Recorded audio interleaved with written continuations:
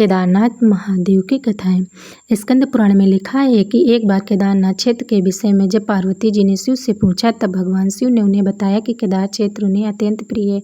वे यहाँ सदा अपने गणों के साथ निवास करते हैं। इस क्षेत्र में वे तब से रहते हैं जब उन्होंने सृष्टि की रचना के लिए ब्रह्मा का रूप धारण किया था। स्कंद पुराण में इस स्थान की महिमा का एक वर्णन यह भी मिलता है कि एक बहेलिया था जिस हिरण का मांस खाकर अत्यंत प्रिय था। एक बार यह शिकार की तलाश में केदार क्षेत्र में आया। पूरे दिन भटकने के बाद उसे शिकार नहीं मिला। संध्या के समय नारद मुनि इस क्षेत्र में आए तो दूर से बहेलिये ने उसे हिरण समझकर उन पर बाण चलाने के लिए तैयार हुआ। जब तक वह बाण चलाता सूर्य पूरी तरह डूब गया। अंधेरा होने के बाद उसने देखा कि एक सर्प मेढक को निगल रहा है। मृत होने के बाद मेढक शिव के रूप में परिवर्तित हो गया। इस प्रकार बहेलिये ने देखा कि एक हिरण को सींग मार रहा है। मृत हिरण शिव गणों के साथ शिवलोक जा रहा है। इस अद्भुत दृश्य को देखकर बहेलिया हैरान था। इस समय नारद मुनि ब्रह्मा के वेश बहेलिये के समक्ष उपस्थित हुए। बहेलिये ने नारद मुनि से इन अद्भुत दृश्यों के विषय में पूछा। नारद ने उन्हें समझाया कि अत्यंत पवित्र क्षेत्र, इस स्थान पर मृत होने पर पशु पक्षियों को मुक्ति मिल जाती है। इसके बाद बहेलिये अपने पाप कर्मों का स्मरण हो गया। इस प्रकार उसने पशु पक्षियों की हत्या की। बहेलिये ने नारद मुनि से अपनी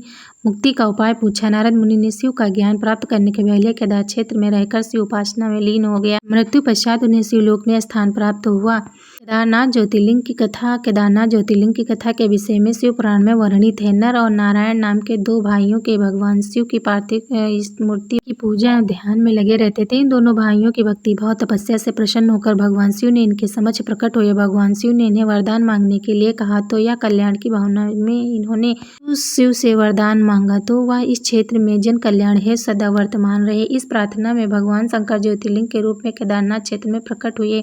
नाथ से जुड़ी पांडवों की कथा। शिव पुराण में लिखा है कि महाभारत युद्ध के बाद पांडवों को इस बात का प्रायश्चित हो रहा था कि उनके हाथों उनके भाई बंधुओं की हत्या हुई है। इस पाप से मुक्ति पाना चाहते हैं। इसका समाधान जब उन्हें वेद व्यास से जिसे पूछा तो उन्होंने कहा कि बंधुओं हत्या का पाप मिट सकता है जब शिव इस पाप से मुक्त प्रदान करेंगे। शिव पांडवों ने अप्रसन्न थे। अतः पांडव जब विश्वनाथ के दर्शन के लिए काशी पहुंचे तब वहां शंकर प्रत्यक्ष प्रकट नहीं हुए।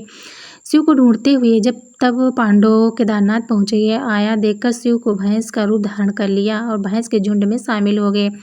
शिव की पहचान करने के लिए भीम एक गुफा के मुख पर पास पैर फैलाकर खड़ा हो गया। भैंस उनके पैर के बीच से होकर निकलने लगी, लेकिन भैंस बने शिव ने पैर के बीच से जाना स्वीकार नहीं किया। इससे पांडवों ने शिव को पहचान लिया। इसके बाद शिव वहां भूमि में विलीन होने लगे। तब भैंस बने भगवान शंकर को भीम ने पीठ की तरह से पकड़ लिया।